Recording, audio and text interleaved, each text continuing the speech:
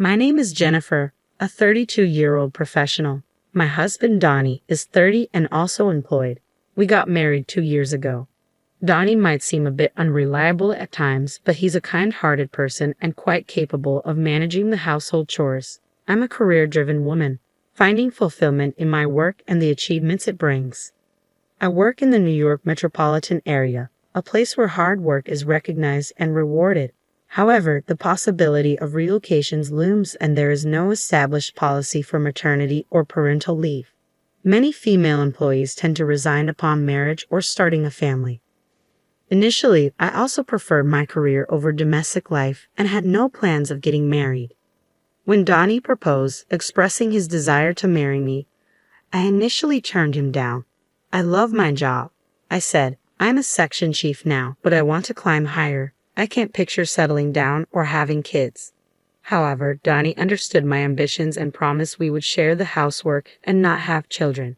His understanding nature eventually won me over, and I agreed to marry him. Although we both work and sometimes don't divide the chores exactly as planned, we support each other and manage pretty well.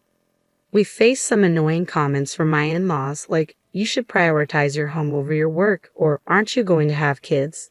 But it's not too troublesome since Donnie always stands up for me. Living with Donnie has been a pleasant experience, and I've come to appreciate the beauty of married life. Then one day, my supervisor, the department manager, called me in to discuss a potential transfer to a branch office. He said, "What do you think? The position is at a regional branch, but you'll be back at headquarters after 2 years. You'll be a section chief at the new location, and if you keep up the good work, a promotion is guaranteed upon your return. You could even become the first female department head. Not a bad offer, right?" Accepting or rejecting this transfer would significantly impact my career. In our company, everyone who has advanced to department manager or higher has undergone a transfer. Refusing could mean staying at the section chief level with the risk of demotion or being moved to an irrelevant position. Before marriage, I would have jumped at this opportunity without hesitation. But now, as a married woman, I felt a bit restrained. I told my department manager, "Thank you for considering me. Personally, I would like to view this positively. However, since it involves a transfer, I need to discuss it with my husband. Could I get back to you after that?" He replied, "Oh, right, you're married. You can choose between going alone or moving with your family. Discuss it thoroughly. I'll be expecting a positive answer." When I got home, I talked to Donnie about it. "I've been offered a transfer," I explained.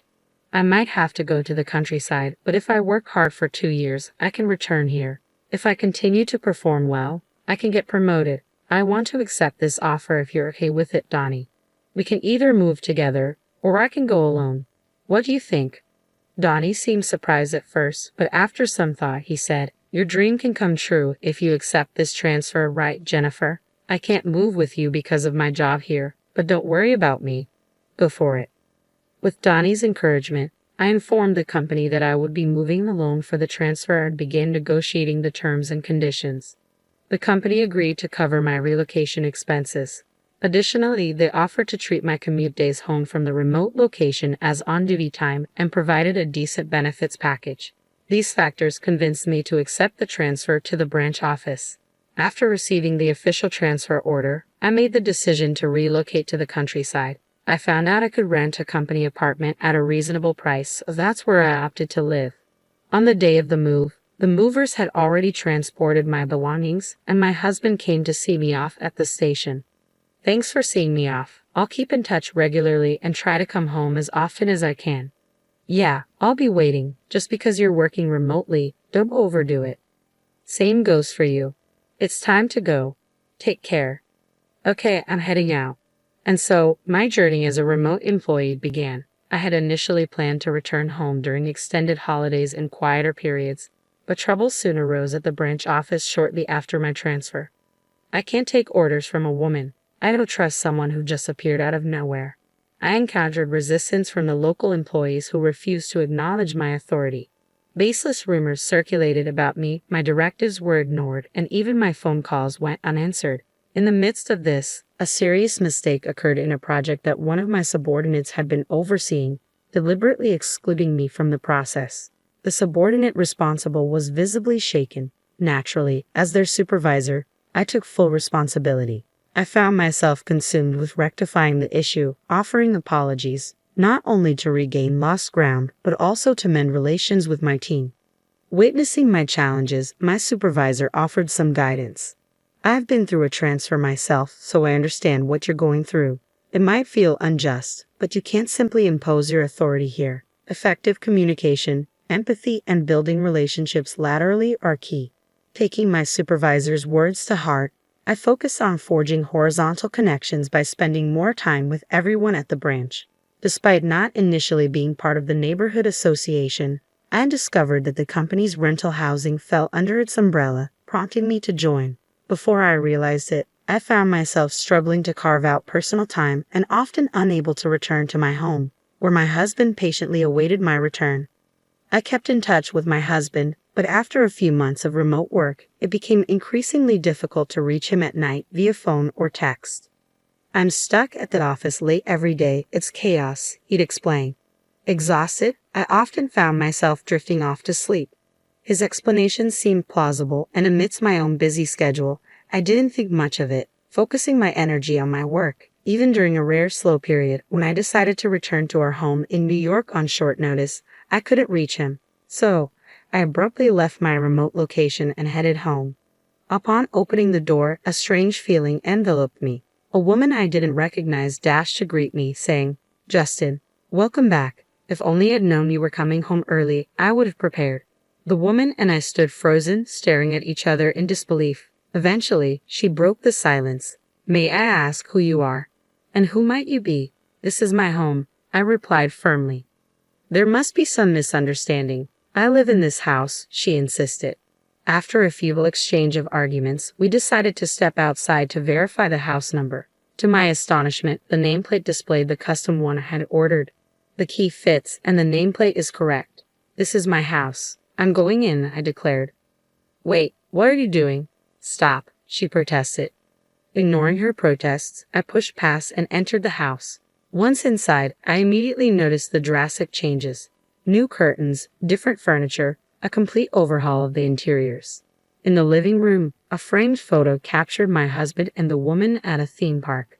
The kitchen held mugs unfamiliar to me, while the bathroom revealed strange toothbrushes and skincare products. Even the shower boasted women's shampoo and conditioner.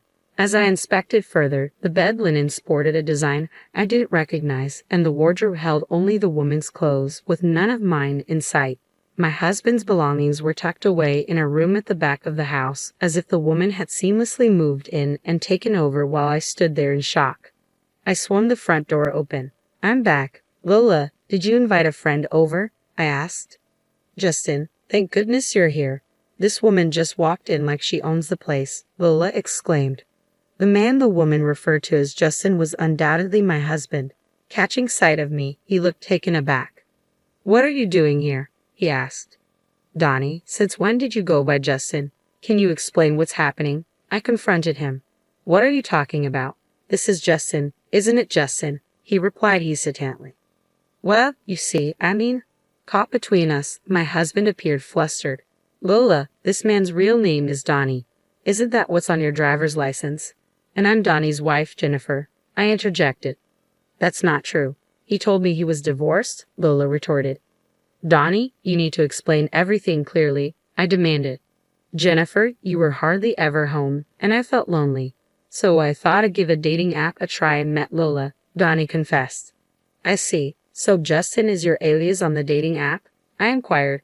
"No, it's not like that. I was worried about using my real name, so I used a fake one. But I kept my last name," Donnie explained. "And why lie about being divorced?" In Lola's dating app profile, she mentioned, "I've only ever attended all-girls schools and have never dated a man before. Looking for someone who's willing to be serious about a relationship with the goal of marriage." It really struck a chord with me, so I fibbed about being divorced to win Lola over, and we ended up moving in together. "Why on earth would you do that?" I exclaimed in disbelief. At that moment, my husband launched into a defense of his actions. "It's because you're always away for work. It's only natural for a man to crave companionship. We've been leading separate lives due to your demanding job and the overtime and weekend shifts. I just wanted a cozy home where my wife would be waiting for me with dinner ready," he explained defiantly. I was stunned by his confession, realizing that my perception of his supportiveness towards my career might have been misguided. But that doesn't excuse what you did. Your actions were despicable. If you wanted to be with someone else, you should have had the decency to end our marriage first. Why didn't you do the right thing? I demanded. I cared for both of you. I never intended to leave either of you, my husband defended himself. After everything you've done, it was inevitable that I would find out when I returned. It's beyond belief that you thought you could deceive me. I shot back. Well, if you had kept your promise and returned home, none of this would have happened. Your absence pushed me to seek companionship elsewhere, he argued. What nonsense. I've explained to you how demanding my work has been, I retorted. Our argument escalated into a heated exchange, with the woman my husband had been involved with standing there, visibly shaken. She realized she had been deceived by a married man and dragged into his deceitful game. So it was all a lie? You've made a fool of me. I'm leaving right now, she declared, storming out. Lola, please, just hear me out, my husband pleaded as he attempted to halt the other woman, who was hastily packing her belongings. Don't you dare touch me with those deceitful hands of yours. I can't trust a single word that comes out of your mouth, she spat back, her voice laced with anger and betrayal. With a final curse directed at my husband, the other woman stormed out, heading for her parents' home. Fuming with anger and a desire for retribution, I resolved to punish my husband for his infidelity. Gathering evidence meticulously, I amassed a collection of proof to take back with me. Upon returning to my work assignment, I wasted no time in hiring a detective to uncover details about my husband's mistress. The investigation unearthed that she was the daughter of an executive at a company closely associated with my husband's business partner. Armed with this information, I instructed my lawyer to dispatch evidence of the affair to both my husband's residence and the other woman's parents. Upon receiving the incriminating documents, my husband vehemently protested, expressing his reluctance for a divorce. Unmoved by his pleas, I braced myself for a protracted legal battle, even considering the possibility of taking the matter to court. Unexpectedly, the other woman's family reached out to my lawyer, prompting us to arrange a meeting at their office. To my surprise, the other woman and her parents showed up, offering their sincerest apologies. We are deeply sorry. Our daughter's actions have caused you immense trouble, and we take full responsibility for that. She has always been sheltered and quite naive about the world. Despite our efforts to arrange a marriage for her with someone we deemed suitable, she longed for a more liberated love. She met your husband without our knowledge and, unfortunately, got carried away without truly understanding who he was. She mentioned meeting a divorced man on a dating app and expressed a desire to move in with him. Despite our pleas for her to cease contact with him, she refused to listen. She became so entangled in her fantasies that she ran away from home to be with him. Upon realizing she was the other woman, she was devastated and has since sought therapy. We are prepared to offer you a settlement of $50,000, and we kindly request that you keep this matter confidential. With solemn expressions, the other woman and her parents extended their hands, shaking mine firmly. I appreciate your apology. However, I'll accept it under one condition. I'm in the process of pursuing a divorce, but my husband is unwilling to agree. If you're willing to cooperate by providing testimony if this escalates to a trial, then I'll agree to the settlement, I stated firmly. We agree to cooperate, but we're concerned about our daughter's future. We prefer to avoid any permanent legal repercussions, they responded. Fortunately or unfortunately, my husband's workplace is a client of yours, I revealed. In an unexpected turn of events, the woman my husband had been unfaithful with and I formed an unlikely alliance. Together, we plotted to teach him a lesson. His workplace would soon face a crisis due to his altercation with an executive at one of their client companies. Naturally, all blame would fall squarely on my husband. Meanwhile, back at home, his parents remained oblivious to the turmoil, attempting to reach out to him as they always did. Jennifer isn't answering our calls, and she won't return them either. Is she so wrapped up in work that she's forgotten about us? When is she planning to come back? We miss seeing our grandchild, his mother lamented. Mom, you don't understand. I cheated on Jennifer while she was away on assignment, and now it seems like we're headed for a divorce, my husband confessed. His mother's response was surprising. That woman who neglects Donnie to focus on her job is to blame. Perhaps it's best if you break up with Jennifer and reconcile with the woman you had the affair with, she suggested. It became apparent that my in-laws had chosen to align themselves with the other woman's family, possibly because they perceived them as wealthier than ours. They launched a series of attacks against me, bombarding me with calls that I eventually had to block. Undeterred, they began calling me at work. When I refused to engage with them, they took matters a step further by showing up at my workplace, causing the commotion and creating a scene. "Release our son. It's your fault for being such a career-focused woman that our son strayed. He'd be happier with his lover, so stop interfering," his parents demanded. In response, I exclaimed, "What are you talking about? I'm the one seeking a divorce from Donnie. He's the one resisting, and besides, the woman he cheated with has no interest in reconciling with him. He deceived the daughter of a business executive into a relationship, and they're rightfully upset. This is going to cause a lot of trouble." Upon realizing that their son had injured a significant client, my in-laws swiftly changed their tune and attempted to reconcile with me. "Oh dear, we had no idea it had escalated to this point. We must have misunderstood. We apologize. Our son has acted foolishly, but he's regretful. You'll forgive him, won't you, Jennifer?" they pleaded. "I must decline. You've just criticized me, and now you expect me to forgive you. Please leave," I asserted firmly. Refusing to budge, they persisted, prompting me to have them escorted out by security. Their disruptive behavior led my company to take legal action against them for obstructing business.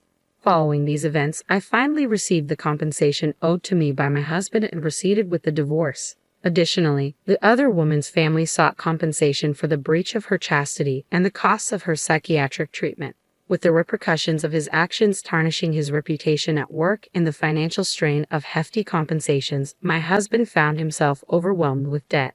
Unable to afford to resign, he found himself trapped in a difficult situation. After 2 years of being away on assignment, things had finally calmed down. As I prepared to return to the main office, I reflected on my journey. Successfully completing my assignment had been a significant achievement, leading to my promotion to department manager. It dawned on me that had I not taken on this assignment, I might still be stuck in a loveless marriage. Yet deep down, I knew that a man like him would have strayed sooner or later, and conflict with his parents would have been inevitable. Through this experience, I've come to understand that I'm better suited for the demands of work rather than the complexities of family life. Now, I find myself immensely fulfilled and content.